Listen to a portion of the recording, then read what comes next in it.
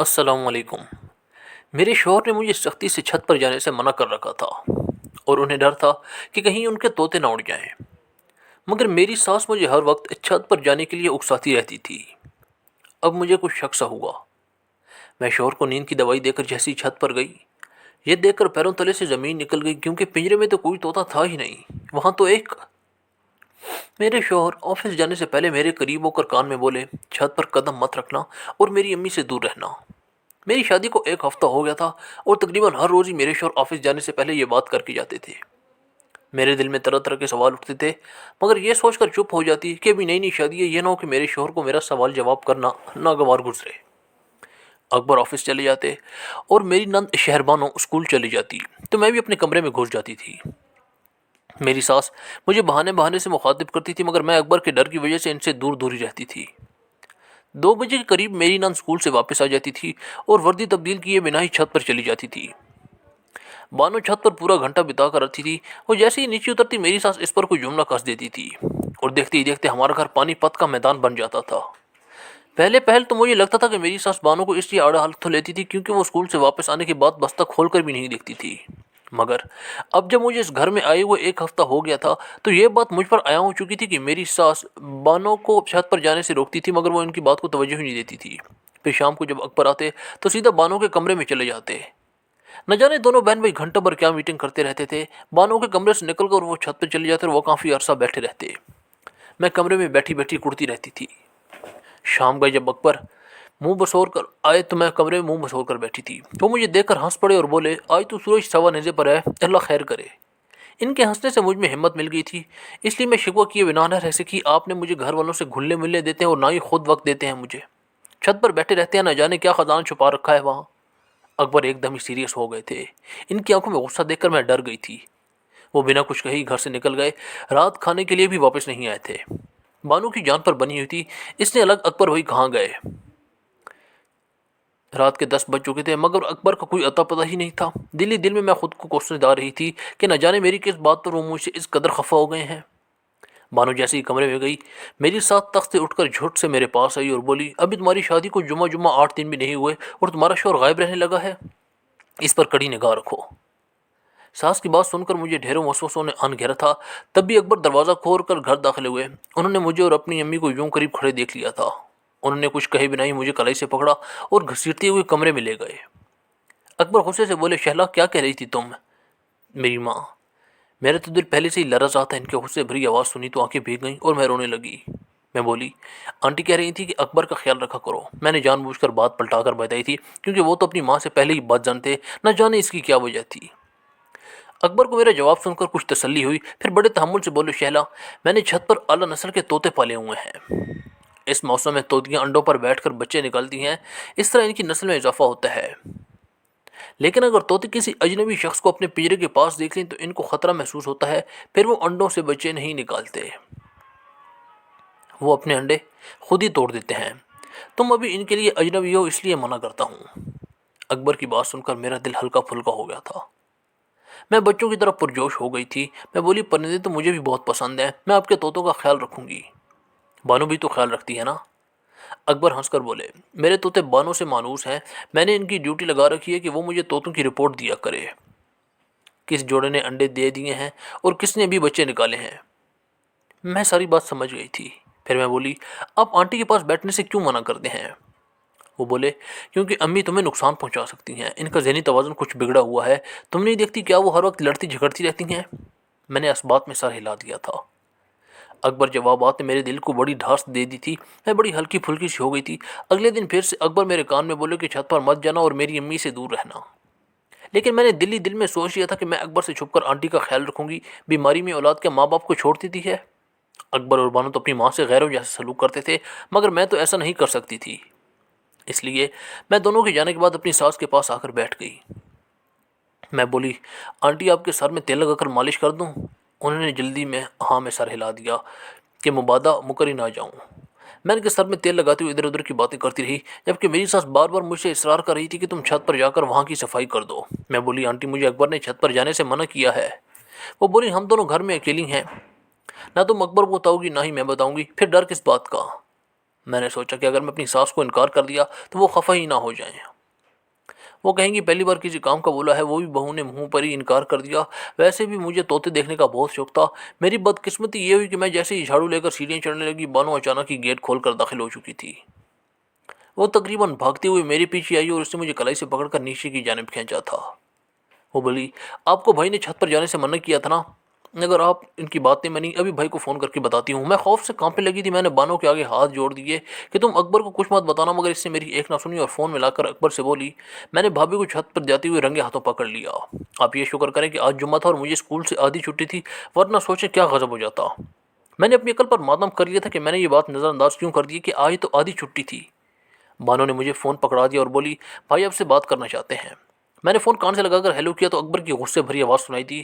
وہ بولے، آج میں اس کو تمہاری پہلی اور آخری غلطی سمجھ کر معاف کر رہا ہوں، لیکن ایک بار بھی تم نے یہ حرکت دوبارہ کرنے کی کوشش کی تو میں کچھ سوچے سمجھے بنا ہی تمہیں طلاق دے کر گھر سے نکال دوں گا۔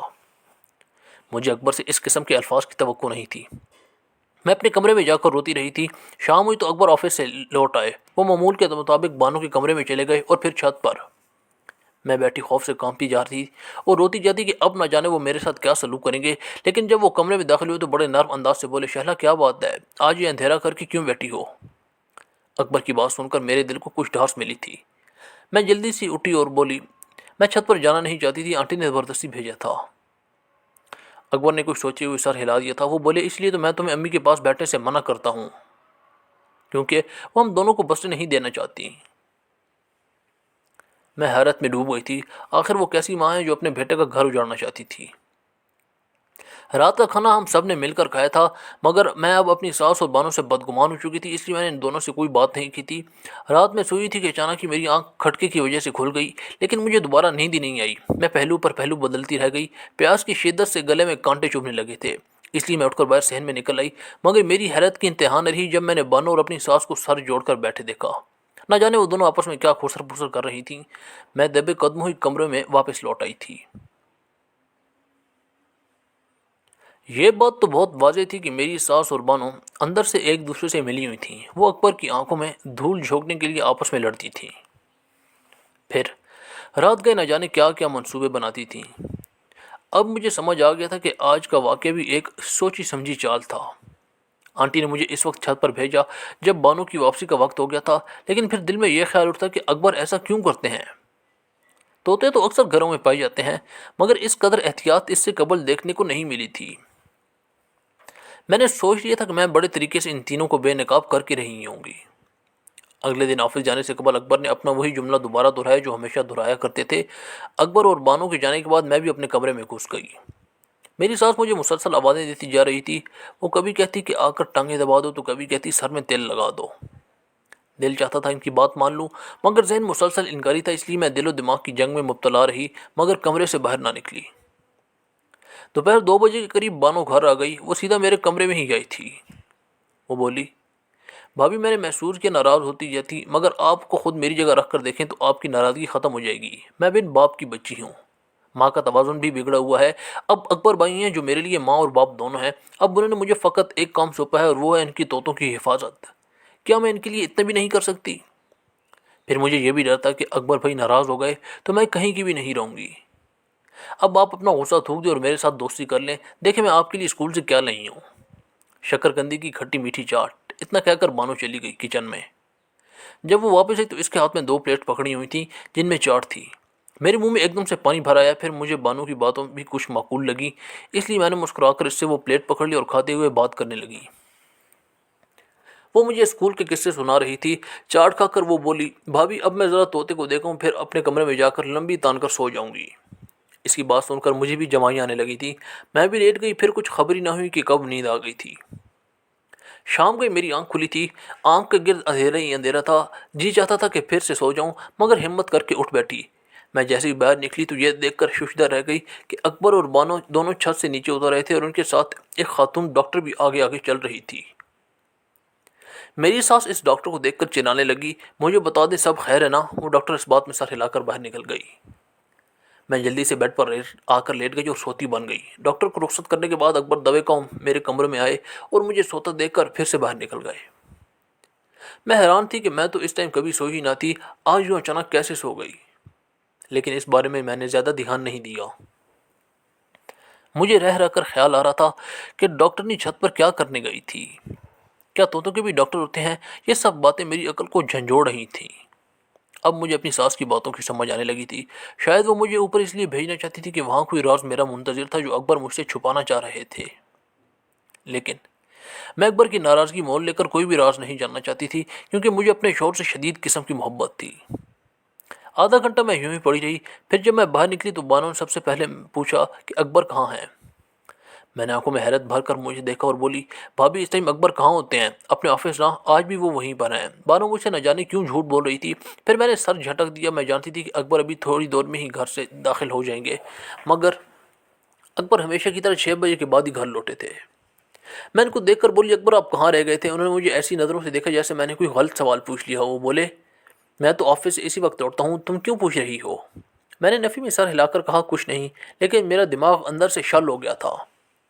میں چاہتی تھی کہ سب کے سامنے ہی چھت پر جا کر راز معلوم کروں، مگر پھر اکبر کا پیار اور ان کے غصے کا ڈر مجھے یہ سب کرنے سے روک رہا تھا۔ اب یوں ہی دن گزرتے جا رہے تھے، میرا تجسس بڑھتا جا رہا تھا۔ یوں ہی ایک دن میں صحن میں بیٹھی بال سنوار رہی تھی کہ مجھے چیخ کی آواز سنائی دی۔ میں نے اپنی ساس کی طرف دیکھا اور انہوں نے میری جانب دیکھا۔ پھر چیخوں کی آواز بڑھتی ہی جا رہی تھی۔ یہ آوازیں چھت سے آ رہی تھیں۔ میری ساس گھٹنوں کی مریض تھی، وہ سیڑھیاں نہیں چڑھ سکتی تھیں، لیکن یہ آوازیں سن کر وہ اپنا دکھ، درد، سب کچھ بھول بیٹھی اور چھت پر چڑھنے کی کوشش کرنے لگی تھیں۔ ابھی انہوں نے 2 سیڑھیاں ہی عبور کی تھیں کہ ان کے گھٹنوں نے جواب دے دیا۔ میں ساری صورتحال سے پریشان ہو کر کھڑی ہو گئی اور اس سوچ میں ڈوبی ہوئی تھی کہ کیا کروں۔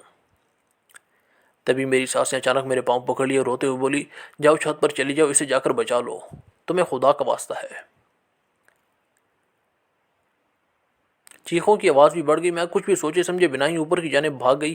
یہ دیکھ کر میری حیرت کی انتہا نہ رہی کہ اوپر تو کوئی پنجرا تھا ہی نہیں۔ سامنے ایک کمرہ بنا ہوا تھا جس سے باہر سے کنڈی لگی ہوئی تھی۔ یہ آوازیں اسی کمرے سے آ رہی تھیں۔ میں نے جلدی سے دروازہ کھولا تو اوپر کسی طوطی کا نام و نشان ہی نہ تھا۔ وہاں ایک کم عمر سی لڑکی پیٹ پکڑ کر رو رہی تھی۔ یقیناً وہ زچگی کے عمل سے گزرنے والی تھی۔ میں بھاگ کر اس لڑکی کے پاس گئی اور اسے دلاسا دیا کہ تم فکر نہ کرو، میں ابھی ڈاکٹر کو بلاتی ہوں۔ میں بھاگ کر نیچے گئی اور اپنی ساس کو یہ سب بتایا، مگر وہ میری بات سن کر حیران نہیں ہوں۔ وہ بولی، میں نے دائی کو فون کر دیا ہے، وہ بس پہنچنے والی ہے۔ پھر میری ساس نے مجھے اوپر بھیج دیا۔ میں اس لڑکی کو دلاسا دیتی رہی، اتنی دیر میں دائی آ گئی۔ اس نے مجھے کمرے سے باہر بھیج دیا۔ تقریباً آدھے گھنٹے بعد مجھے بچے کی رونے کی آواز آئی۔ دائی بولی، بیٹا ہوا ہے۔ میں اس بچے کو لے کر نیچے آ گئی۔ اتنی دیر میں بانو بھی اسکول سے لوٹ آئی۔ وہ بچے کو دیکھ کر ششتر رہ گئی۔ وہ بولی، بانو دیکھو، تمہارے بھائی کی طوطی نے انڈے سے بچہ نکال لیا ہے۔ بانو کا چہرہ زرد پڑ گیا تھا۔ وہ جلدی سے کمرے کی جانب بھاگی اور اکبر کو فون ملا کر گھر بلا لیا۔ وہ جب گھر لیٹے تو بڑے بکھلائے ہوئے تھے۔ میں انہیں بچہ دکھا کر بولی، کس پر گیا ہے یہ؟ وہ مجھے نظر انداز کر کے اوپر چلے گئے۔ پھر بانو اور اکبر دونوں اس لڑکی کو نیچے لے آئے۔ میں گھر میں خود کو بڑا اجنبی محسوس کر رہی تھی۔ مجھے کوئی راز میں شامل ہی نہ کرتا۔ مجھے لگا کہ شاید یہ لڑکی اکبر کی بیوی ہے، اس لیے تو اکبر اسے مجھ سے چھپا کر رکھتے ہیں۔ میں نے فیصلہ کر کیا کہ چھوڑ کر چلی جاؤں گی۔ میں اپنا سامان پیک کر رہی تھی جب اکبر کمرے میں آئے۔ یہ کیا کر رہی ہو شیلا؟ میں آپ کا گھر چھوڑ کر جا رہی ہوں۔ اکبر بولے، شیلا مجھ سے ایسی کون سی خطا ہوئی ہے جو تم مجھے چھوڑ کر جا رہی ہو؟ میں بولی، اللہ نے آپ کو چاند سا بیٹا دے دیا ہے، آپ کو اور کیا چاہیے؟ میری تو آپ کو پہلے بھی پرواہ نہیں تھی۔ آفس سے آ کر آپ بانو کے پاس بیٹھ جاتے تھے، پھر آپ چھت پر چلے جاتے تھے۔ میں تو آپ کی زندگی میں کچھ ہوں ہی نہیں۔ اکبر نے میرے سامنے کپڑوں والا بیگ اٹھا لیا اور ہاتھ تھما کر مجھے اپنے روبرو بٹھا لیا۔ وہ بولے، شہلا میری بات کو بڑے غور سے سننا۔ تم جانتی ہو کیا یہ لڑکی جو چھت پر رہتی ہے، یہ میری سگی بہن ہے۔ اس کا نام عالیہ ہے۔ یہ جب 16 سال کی تو نہ جانے کس بدبخت کی باتوں میں آ گئی، اس نے چھپ کر اس سے نکاح کر لیا اور یہ حاملہ ہو گئی۔ امی نے یہ بات مجھ سے چھپا لی تھی، لیکن مجھے عالیہ کے بڑھتے پیٹ سے اندازہ ہو گیا کہ کچھ نہ کچھ گڑبڑ تو ضرور ہے۔ میں نے بانو سے تفتیش کی۔ وہ چھوٹی سی ڈر گئی اور سب کچھ مجھے بتانے پر رضامند ہو گئی۔ سچ سن کر تو میں لرز کر رہ گیا۔ عالیہ سے جب میں نے استفسار کیا تو وہ رونے لگی۔ اس نے مجھے اپنے شوہر کا نام نہیں بتایا تھا۔ پھر محلے والوں کو ہم کیسے بتاتے کہ یہ کس کا بچہ ہے؟ میری معصوم بہن بدنام ہو کر رہ جاتی اور ہم بھی کسی کو منہ دکھانے کے لائق نہ رہتے۔ اس لیے میں نے اسے ہدایت کی کہ وہ چھت پر ہی رہے۔ وہ رضامند ہو گئی تھی، لیکن امی کو لگتا تھا کہ میں اور بانو عالیہ کے جرم کی سزا دینے کے لیے اسے چھت پر قید کیے ہوئے ہیں۔ امی گھٹنوں کی وجہ سے چھت پر نہیں جا سکتی تھیں، اس لیے ہر لمحہ مجھ سے اور بانو سے لڑتی رہتی کہ میری بیٹی کو نیچے لے آؤ۔ جہاں تک تمہاری بات ہے تو میں نے تمہیں اس لیے نہیں بتایا کیونکہ تم ہمارے گھر میں نئی نئی آئی تھی۔ تم میری بہن سے متعلق کوئی غلط رائے بھی قائم کر سکتی تھی۔ مجھے ڈر تھا کہ تم مجھے چھوڑ کر چلی نہ جاؤ۔ اب جب ہر چیز تمہارے سامنے آ ہی گئی ہے تو میں تم سے ایک مدد مانگنا چاہتا ہوں۔ کیا تم میری بات مانو گی؟ میں اکبر کی باتیں سن کر عالیہ کے لیے پریشان ہو گئی تھی۔ میں نے جھٹ سے اس بات میں سر ہلا دیا تو اکبر بولے کہ شہلا تم عالیہ کے ساتھ دوستی کا رشتہ قائم کر لو۔ تم ہی وہ واحد انسان ہو جسے عالیہ اپنا راز بتا سکتی ہے، کیونکہ اس نے نہ بانو کو کچھ بتایا اور نہ ہی امی کو۔ میں نے اکبر سے وعدے کیا تھا کہ میں عالیہ سے پوچھ کر ہی رہوں گی۔ اب میں ہر لمحہ عالیہ کے ساتھ ساتھ رہتی تھی۔ میں اس کے بچے کا بہت خیال رکھتی تھی۔ میں نے ایک دن عالیہ سے پوچھا کہ یہ بچہ کتنا بد نصیب ہے، نہ اسے تو اپنے باپ کا پیار بھی نہیں ملا۔ عالیہ یہ بات سن کر پھوٹ پھوٹ کر رونے لگی۔ پھر وہ بولی بھابھی اس بچے کا باپ وقاص ہے، میرے بچپن کا منگیتر۔ نہ جانے اسے کیا سوچی تھی، اس نے ایڈونچر کے طور پر مجھ سے چھپ کر نکاح کر لیا۔ جب میں امید سے ہو گئی تو وہ ڈر گیا اور پیچھے ہٹ گیا، کیونکہ وہ تو خود ابھی کالج کا اسٹوڈنٹ ہے۔ وہ گھر والوں کو یہ سب نہیں بتانا چاہتا تھا۔ عالیہ کی بات سن کر میرے سر پر بوجھ سرک گیا۔ معاملہ تو بہت سیدھا تھا، ہم بلا وجہ ہی گھبرا رہے تھے۔ میں نے اکبر سے بات کی تو انہوں نے بھی شکر کا سانس لیا۔ پھر سارا معاملہ سدھر گیا۔ اکبر پھپھو کے گھر گئے، انہوں نے ساری بات کر لی تھی۔ پھپھو بولی کہ کچھ سالوں بعد بھی تو ہم نے عالیہ کو بہو بنا کر لے ہی جانا ہے، تو آج کیوں نہیں؟ یوں عالیہ ایک بچے کے ساتھ رخصت ہو کر سسرال چلی گئی تھی۔ ہمارا گھر ایک بار پھر خوشیوں میں رواں دواں ہو گیا تھا۔